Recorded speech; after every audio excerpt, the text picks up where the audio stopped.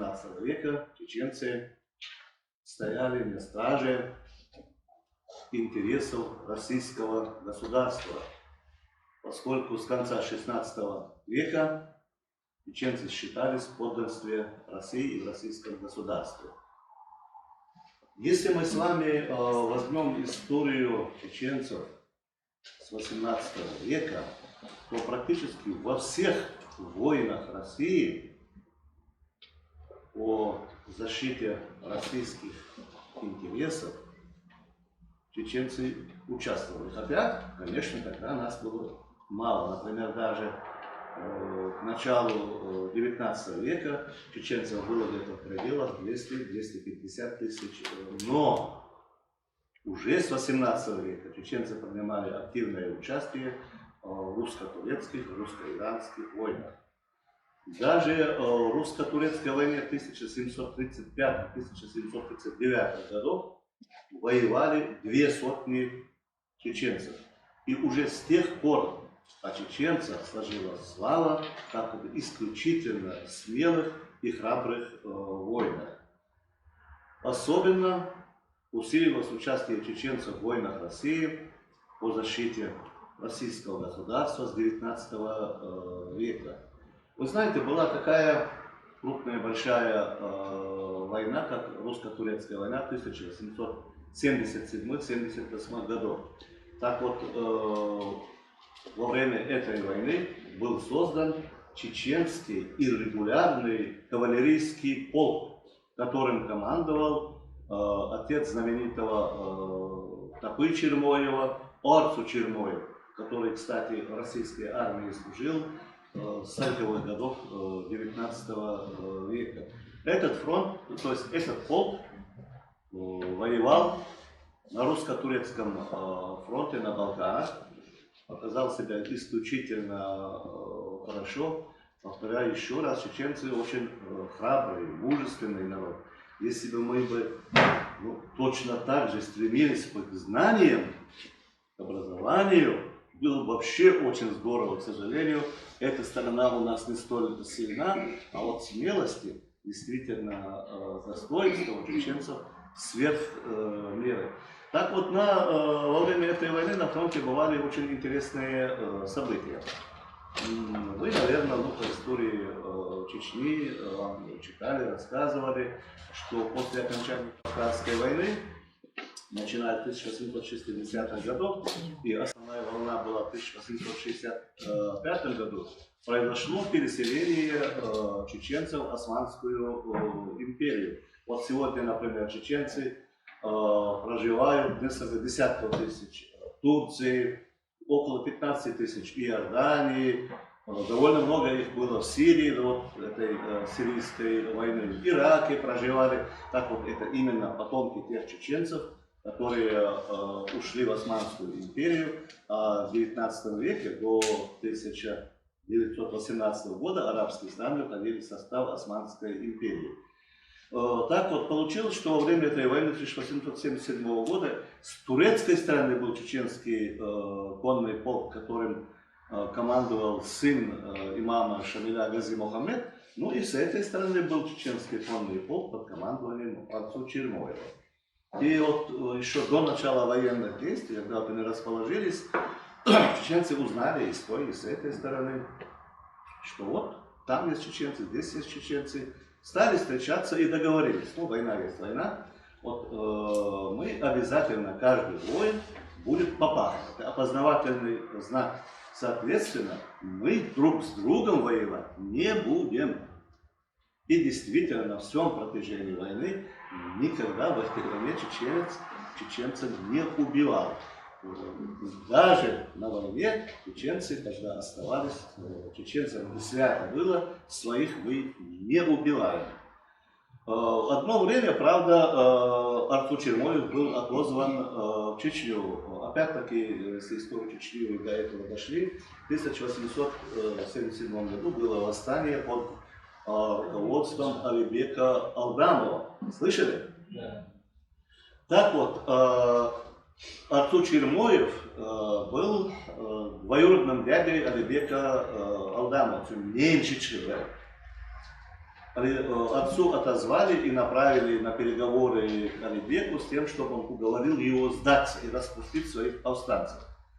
Отцу действительно приехал, поскольку Алибек сам был Симсверлы на Житомской районе, а Алибек, то есть отца Занд Ахалиена. Ну, приблизительно, если в географию на Житомской районе представляете, Занд, Симсверлы, Юхагель, в принципе, Симсверлы, Занд, Вилнаю. Но из переговоров ничего не вышло, Албуль-Хадж отказался сдаваться отказались Симсверлы, и Артур Чермоев вернулся обратно на русско-турецкий фронт. Так вот, по итогам этой войны чеченцы действительно прославили своей храбростью. Почти все оставшиеся живых были награждены российскими орденами.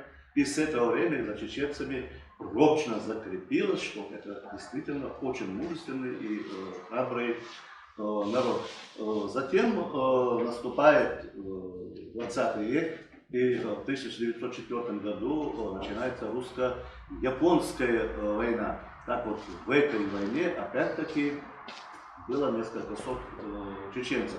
Командовал ими будущий генерал, когда он был полковником, будущий правитель Чечни во время гражданской войны Эрисхан Алиев. Человек большого ума, человек исключительно мужественный и в то же время беспредельно преданный России. В этой войне, опять-таки, чеченцы показали себя очень доблестные, храбрые воины. Почти все были награждены, хотя, как известно, русско-японскую войну царская Россия проиграла. Ну а Эрисхан Алиев, вы знаете, в 1917 году, в марте 1917 года, вы помните, наверное, монархия в России развалилась. Прежде всего потому, что царя предали его генералы. Практически большая часть русского генералитета выступила за отречение Николая II от царской власти. Ну, действительно, Николай II был человек очень нерешительный, мягкий, во многом именно и в Первой мировой войне Россия по его вине проиграла. И, конечно, последующая гражданская война, страшные события этой войны, гибель миллионов людей, это по его вине. Он, к сожалению, поддался на уговоры со стороны руководства Государственной Думы.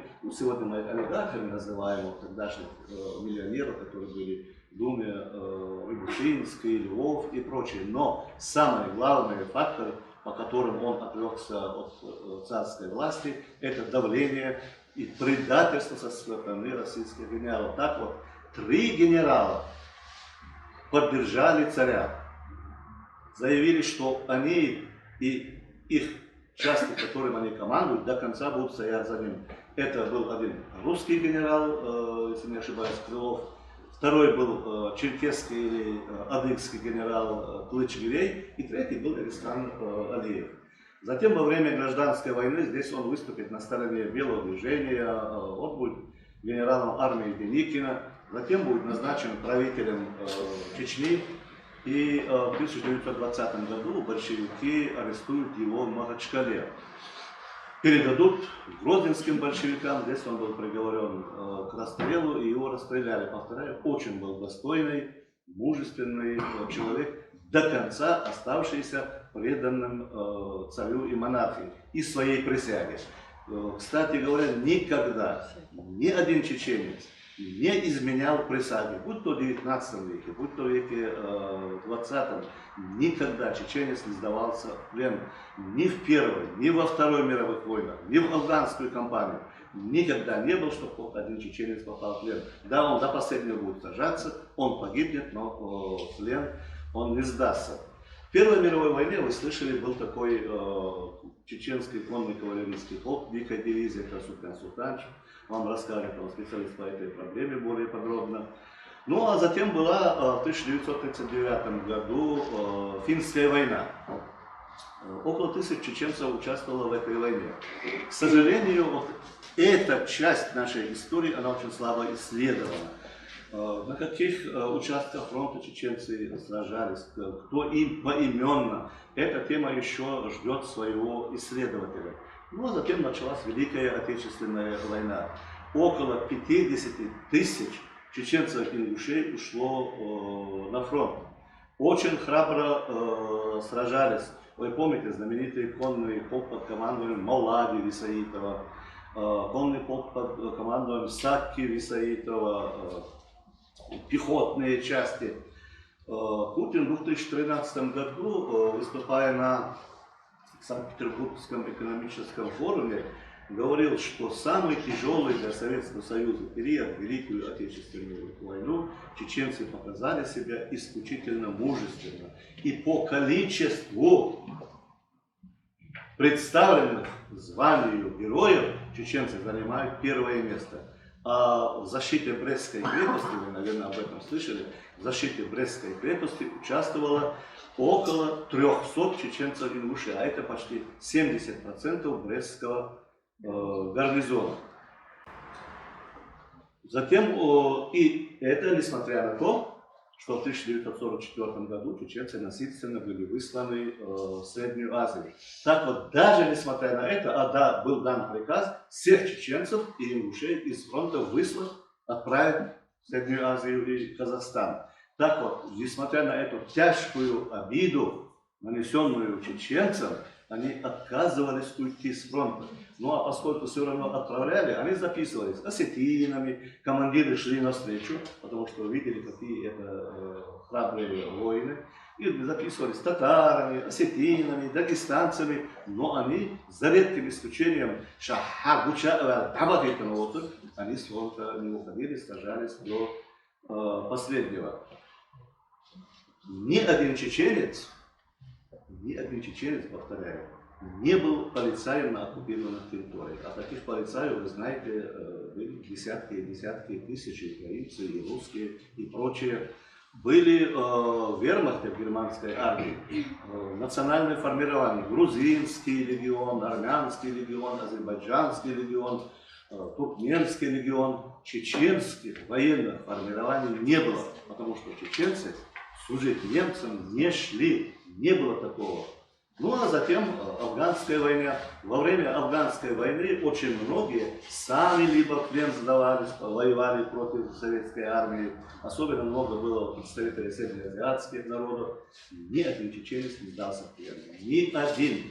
И ни один чеченец против своих не воевал. Вот это верность присяге, верность товариществу, верность долгу, это особенная черта чеченцев.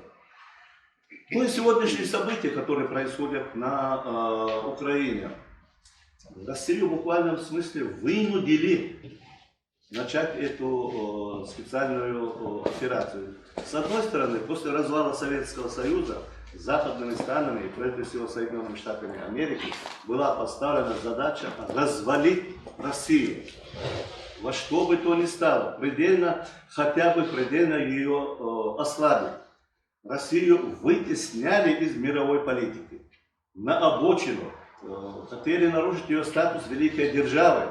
И в этом плане больше всего, с точки зрения Запада, подходила Украина. И дело вот в чем. Ну, Советский Союз был многонациональной страной, но нигде не было такого большого количества населения, которые были враждебно настроены к Советскому Союзу и к русским в целом, как в Украине. Украина делится на две части: Западная Украина и Восточная Украина. Так вот, Западная Украина вошла в состав Советского Союза лишь в 1939 году по пакту Молотова-Риббентропа, когда в Польшу были введены германские и советские войска. Так вот, до этого, повторяю, до 1939 года, Западная Украина входила в состав Польши и Австро-Венгрии. Соответственно, Восточная Украина — это и значительная часть, и русские, и украинцы. По ментальности совершенно другие люди. Западная Украина — это католики, выросшие вот этой западной кухне, выросшие в совершенно другой атмосфере. Восточная Украина, живущие там, это православные. это ближе к русским.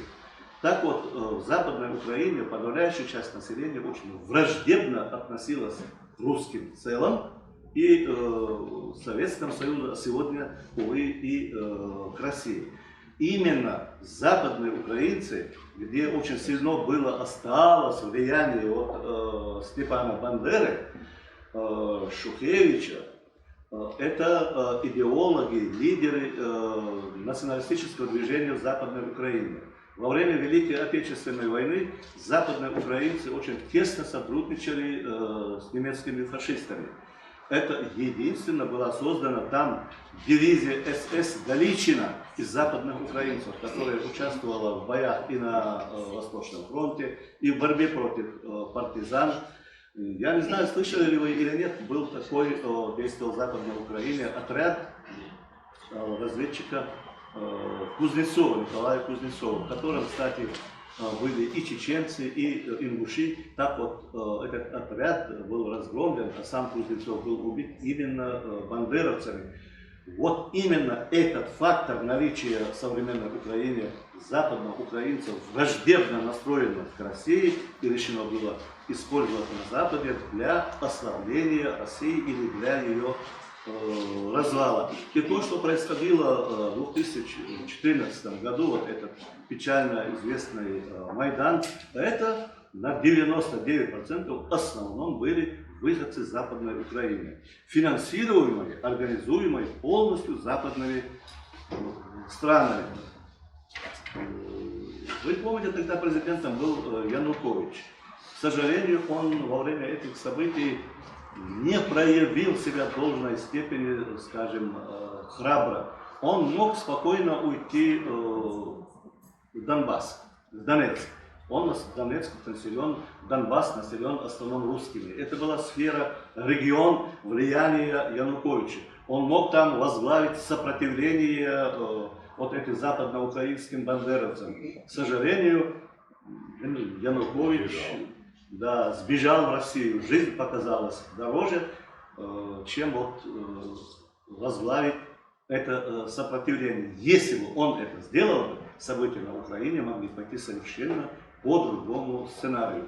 А потом, вы помните, в Донбассе пошел референдум, большая часть населения высказалась за присоединение к России, была провозглашена Донецкая и Луганская республики. Ни на какое мирное решение донецкого вопроса киевской власти, что будь там Порошенко, потом Зеленский, они не шли. Да, в Минске были переговоры, предпоследничество Германии, Франции, России. Да, были подписаны два пакета документов, Минск-1, Минск-2, по которому должна была быть провозглашена амнистия в Донбассе, по которому Донбасс должен получить автономию, проведены выборы. Ни один пункт Украина не выполнила. Но зато очень четко делала одно. Регулярно обстреливала из пушек и минометов донецкое мирное население. За эти 8 лет было убито 14 тысяч человек. Вот эта враждебность Украины решено было использовать на Западе против России. Превратить Украину в плацдарм для развала России. Ну а потом Зеленский где-то год назад заявил, что Украина, скорее всего, станет ядерной державой. Технические возможности для этого у Украины были. То есть реально Украина превращалась во многом под давлением западных стран, при наличии вот этой антироссийски настроенной западной Украины и абсолютно ими контролируемой киевской власти, плацдарм для борьбы с Россией. Вот в этих условиях вынуждена Россия и начала 24 февраля этого года вот эту специальную операцию по защите Донбасса. Вы знаете, там есть представители многих республик, но больше всего из регионов там есть представители Чеченской республики. Вы и по нашим новостям видите, и по центральным каналам видите. Наши ребята там воюют исключительно храбро. Практически каждый вечер, когда показывают Мариуполь, остальные районы, где идут военные действия, показывают всегда чеченцев. Сорган показывают Да, рубежная. Показывает женщину оттуда, она буквально плачет. Спасибо чеченцам, чеченским парням, сколько жизней они спасли. И я челчам подвал, что там я он курам бежь, ты курам. раненые дой арбоки биха Донбассе, дабю, что дико чпуан бежь сяду. Таган санна и бежь бандош Россия почалка, локчи дикция, акилла ряд, что дикция, сиди на вот бежь, локчи си хала и больше мэрилит, шен гёналит, шен уздалела цика. 86 регионов в России почалка. Вет вайкюгл обе Рамзан Ахматович на Украине вода. И берин доб халай, вай от берин барабу хай, цару культива в Донбассе. Рамзан шоз зигонава. Сейчас Амелбин цана у высокую еще, я аматsi дахушу. Сарин дахияч гуманитарный помощью. Цюндела тахана нокчичу. Россия почал интерес защищать вещь. Мы лучше кенти исключительно майрдейт набу, диктейт набу, гönöldöseit набу, да алш больш, да мокш мерш туланца, табец больш. Вот это.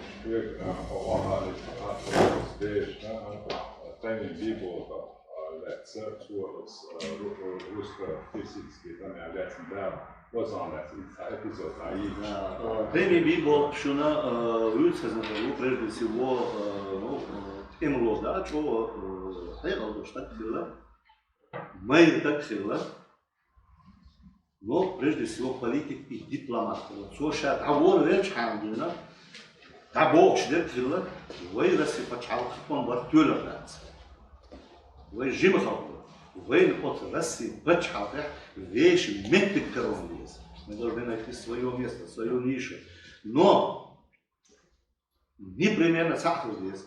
Войн рикш, войн дин, войн маршал, войн латта, войн рубидочки. Рикш хеда дештац, дин хеда дештац. И телоти Россия хедло. Войн Россия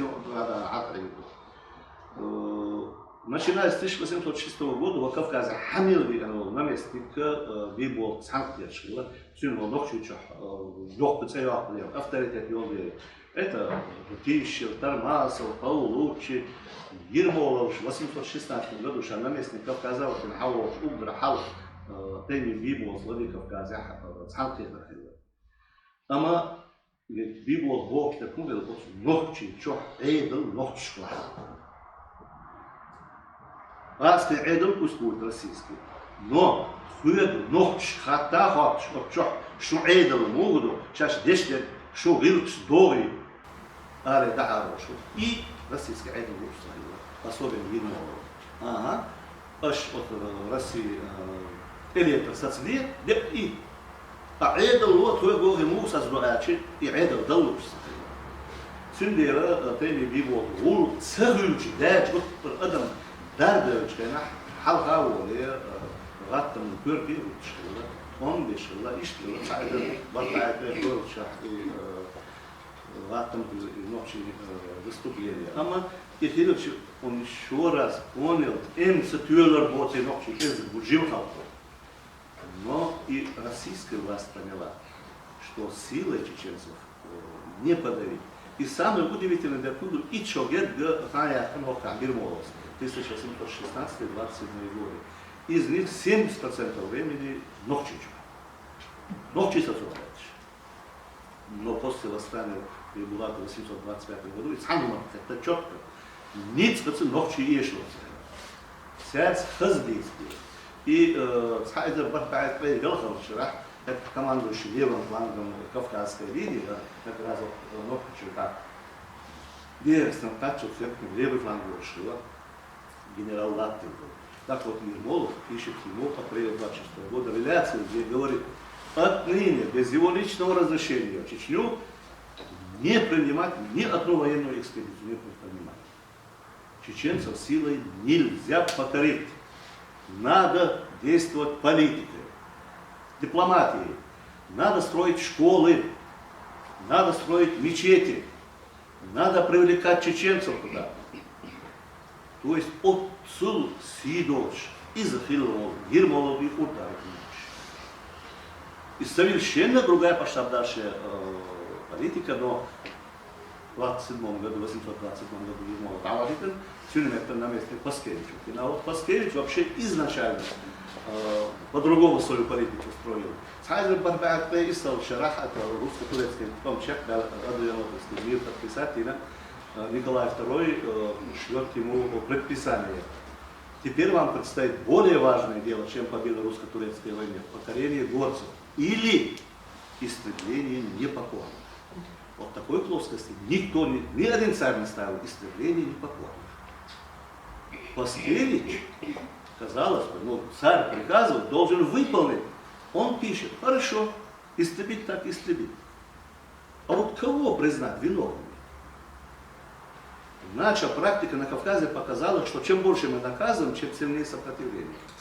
Надо действовать политикой, а не силой. А чеченцы ведут себя вполне мирно. И в 1829 году он приглашает Тифлис, Бейбулата. Цифры называют разные. Одни говорят, 300 человек с ним было, другие говорят, 60 было. Но факт, действительно, Бейбулат в 1829 году едет на переговоры с Паскевичем в Тифлис, отсюда Эрзурум, где находился штаб, шла война с Турцией в это время.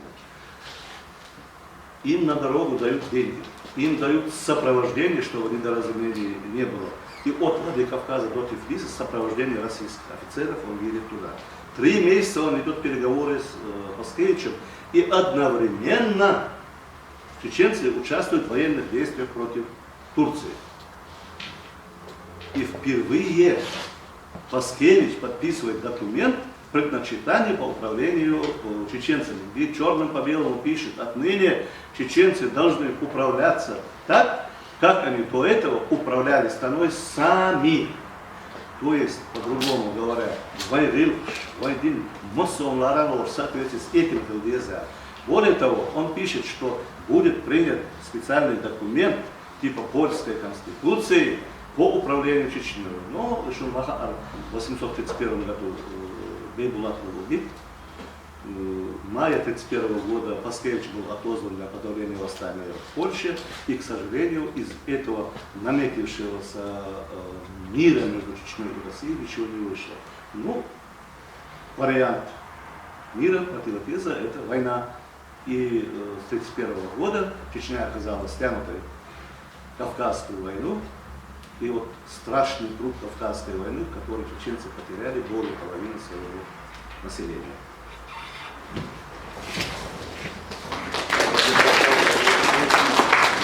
Этот эпизод, он показывает, насколько чеченцы были устремлены к миру, и поэтому было интересно его послушать.